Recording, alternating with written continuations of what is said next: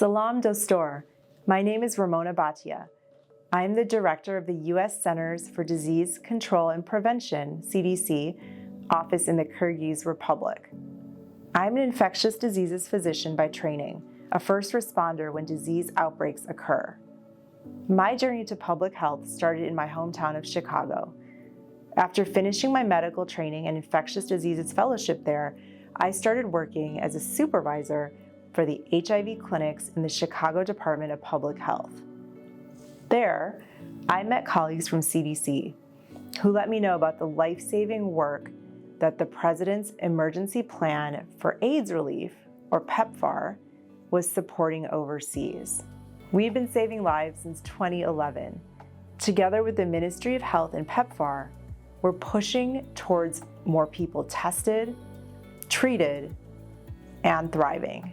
On the front lines of HIV care, we empower public sector health workers to deliver top quality treatment. CDC-supported sites have helped nearly 5,300 people living with HIV start life-saving medication. And the impact? 97% of clients on CDC-supported treatment in the Kyrgyz Republic have an undetectable level of virus, which is a marker of treatment success.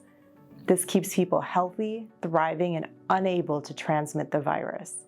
At the national level, we support the Ministry of Health to strengthen health systems. For example, we work closely with the laboratories of the Kyrgyz Republic to ensure quality testing based on international standards of excellence, positioning these facilities for global accreditation.